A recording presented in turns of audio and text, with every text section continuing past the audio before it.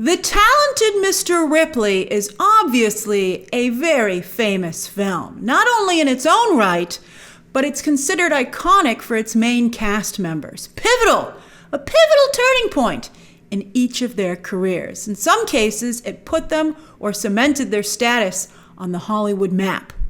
So why on earth would anyone remake it? So when I clicked play on my screeners, that was the question that plagued me. All I knew going in was that the trailer looked visually interesting. That's what piqued my interest about it the most. I was like, wow, some of those shots are insanely cool. I wonder if the show can keep that up for the entire run. It does. But also, of course, the other big hook for me is Mr. Andrew Scott. Huge fan.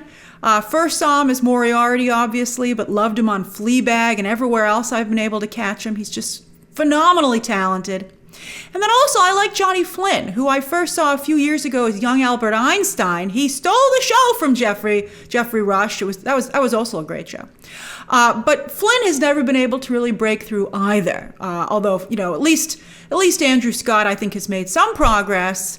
But Flynn seems to be, just barely hanging on as an actor. So I was happy that he had an opportunity like this. So I was like, I love these actors. It looks cool. I like this kind of story. Let's give it a whirl. But then after I clicked play, I was blown away by how good it is. It just immediately sucked me in. I was like, wow, is this good? And I quickly discovered that Ripley is really what streaming is at its very best, or what many of us perceive to be the very best of streaming. And that's when you essentially get an 8-hour movie. And in this case, an 8-hour Alfred Hitchcock movie.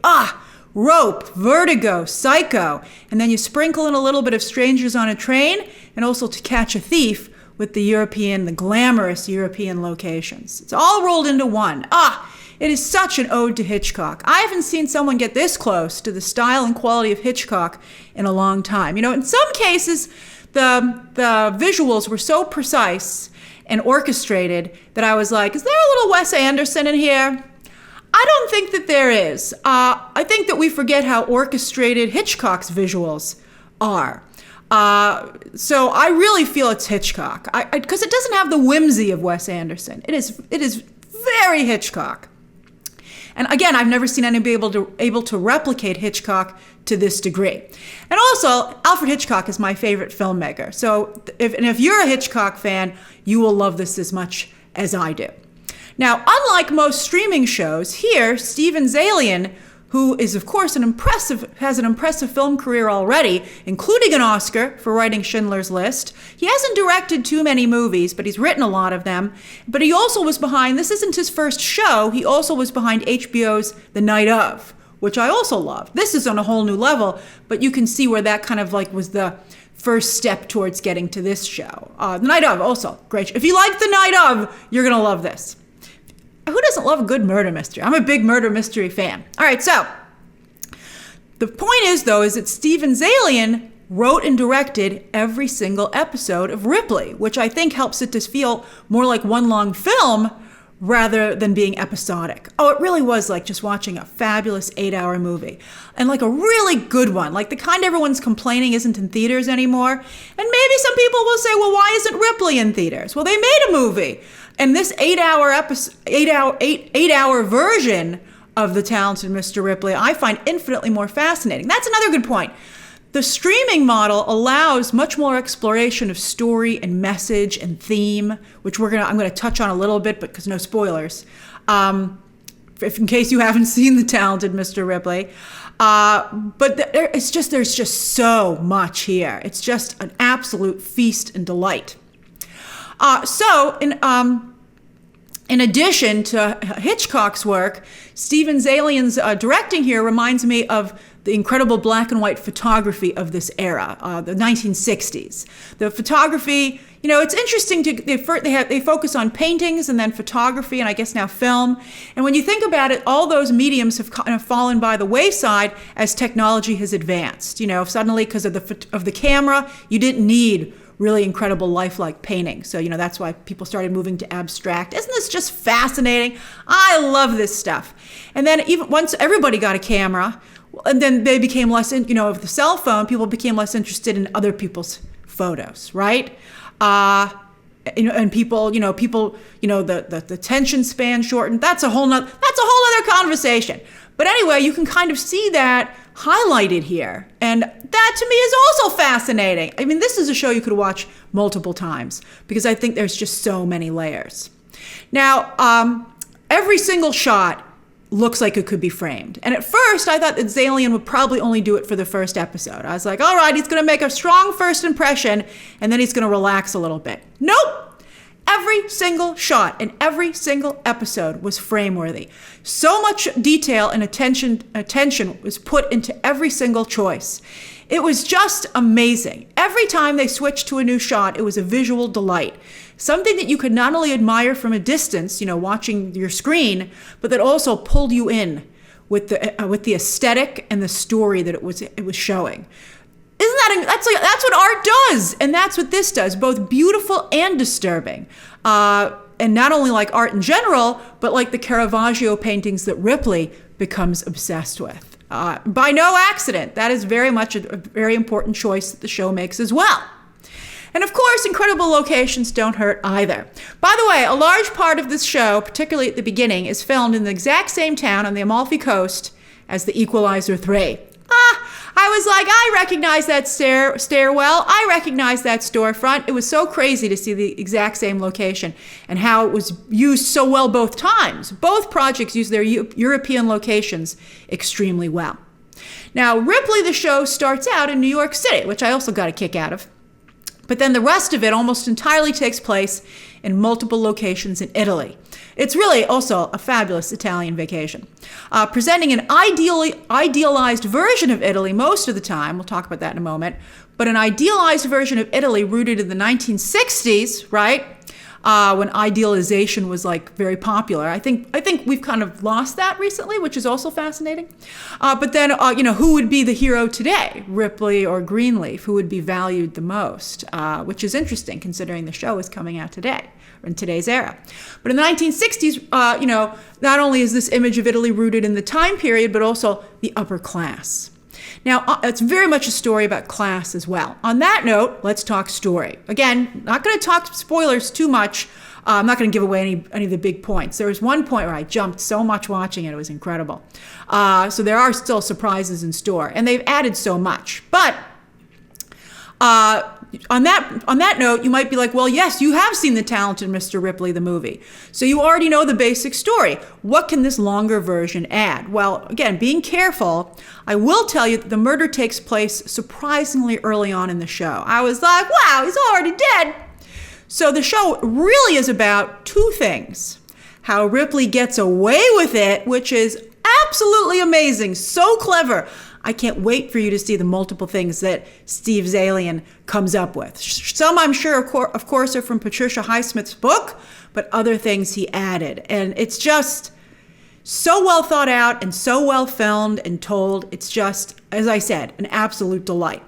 So how Ripley gets away with it. And then the other thing is, it's a character study, not just of Ripley, but how he's connected, not just to Dickie Greenleaf, but how both men to this painter Caravaggio from the late 1500s, early 1600s. The through line is just really, again, such an interesting choice.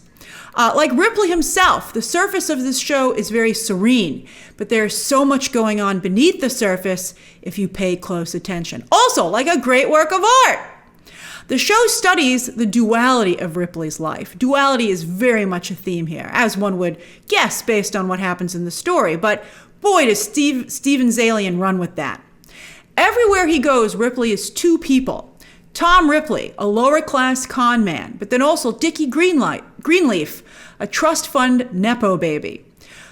And that's not it, though, because, it's duality, but then there's also it's multifaceted, right? So that's what you can do when you have 8 hours. So you also have a situation where the duality is that Tom Ripley is an educated genius with no opportunity, while Dickie Greenleaf is a man with no talent and countless opportunities. Is it fair? who got what in life, right?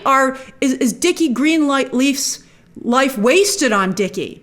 I mean, are they actually better as two halves maybe of the same man? Were they always one man, psychologically or philosophically? I mean, these are all fascinating questions. And because this is an intellectual show, I think it offers you the chance to really come up with the answers yourself. Maybe sometimes there isn't an answer, but it certainly is something to think about and consider. I mean, it's just really, really fascinating.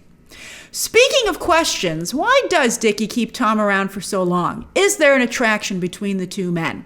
That's always been, I think, something that's been hinted at in the story, and this is no exception. But I think that the way that they handle it here is, once again, absolutely fascinating. Now, Tom Ripley is gay. He's one of the most famous and, certainly I think one of the earliest in maybe modern culture LGBT characters. But as Marge correctly guesses, Marge suspects that he's gay, but she guesses that he's never going to act on it. And she's right, because, and this is what's interesting, because I think Tom's not only dealing with the really tragic life experiences and, what his circumstances are, but also it's because he's gay in the 1960s. Now, that is very important to the story. And this story could never be told the way it is today, not just because of advancements in technology and crime solving, so many of these things wouldn't be possible, Tom wouldn't be able to do it, but also because, similar to what the Dahmer miniseries explored about, I think that was the 1980s or 90s, right? But same issue.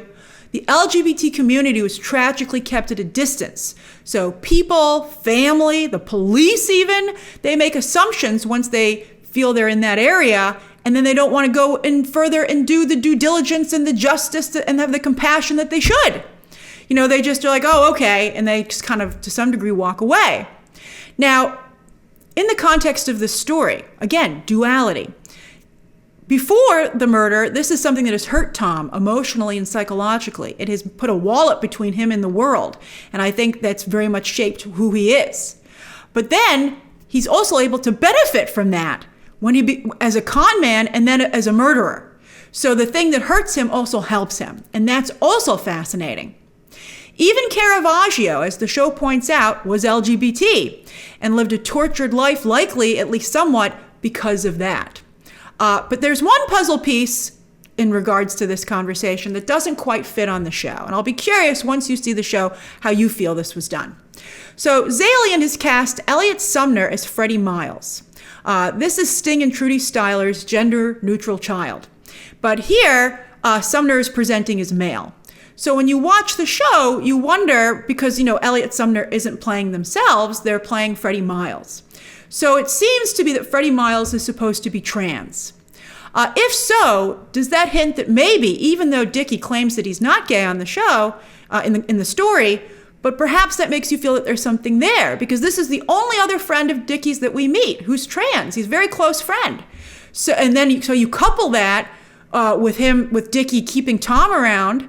What's the connection? Because things get weird, and Tom does start to seem obsessive, but Dickie, interestingly, has him stay around. And it's like, no, you can stay. So you're wondering, I think, you see even there's this one moment when Tom has a smile on his face, because I think he even suspects that maybe Dickie's attracted to him, because there's really no other way to explain Dickie's behavior. And so you would think that this casting of Freddie, or Freddie being a trans character, would also play with that. But then this is again in the 1960s. So how is it that someone who is trans, clearly trans, would be able to live life in old school money circles with absolutely nobody challenging them? We don't see Freddie in his own life too much, so we're not sure exactly what it's like, but he does seem to be leading quite a charmed life. Maybe that's one of the reasons that Tom instantly dislikes Freddie, because, why isn't Freddie tortured? Why hasn't Freddie been outcast by society? Is it just the money? Is it just that being upper class? Maybe that's one of the things that you would think that would inspire Tom to do what he does. So I think it's a very bold and interesting choice to make Freddie trans. But the issue is that the show contextually totally ignores it, even though it's so clearly there. Maybe that's all Steven Zaillian felt that he had to do. But it doesn't seem totally right to the time period. And everything else is at least kind of hinted at, but this seems to be purposefully ignored and not integrated more into the show when everything else is so perfectly. So I think that if some of the things that I'm touching upon had been maybe addressed better, and I didn't, the audience didn't have to dig so deep to get them, I guess it would just be smoother. I think, having to understand what exactly is going on with Freddie and what it says, I think it's the only part in the time in the show that you find yourself being taken out of it, because you have to almost stop it and go, okay, why was this choice made? And in every other instance, it flows so beautifully that you can just go along with it, and it all just blossoms like a flower. So as I said, maybe, I'm not sure why Steven Zaillian made the choice that he did to handle this one story point this way. I do see the commentary, but I just wish that it had been done, to the same level as everything else. Also, so it's a bit of a disservice to Sumner because the role is organic, I guess you could say. But also, unfortunately, Sumner's not a great actor, and certainly not, and compared to the rest of the cast. So that also makes it seem a little stilted. The rest of the cast, though, as I said, incredible. Dakota Fanning makes some very brave choices as Marge, showing that it's not only hard to be the only woman in a world full of men, Dickie has no other women in his life. Also interesting. And you have to notice that Marge, for the most part, dresses very masculine herself. Is that one of the things that Dickie likes about her? You don't quite know what's going on here with this circle of friends. And you don't know if that's the creative choice but I mean, it's the 1960s, but we're in their inner circle. We should see what's going on behind closed doors. But it's just all very interesting. And then also, Marge is still a woman, and how you can see how quick everyone is to dismiss her as annoying or complaining or mistaking her instincts about Tom for just being jealous of Tom being around all the time, and that she's just the ex-girlfriend who refuses to admit that she's been dumped.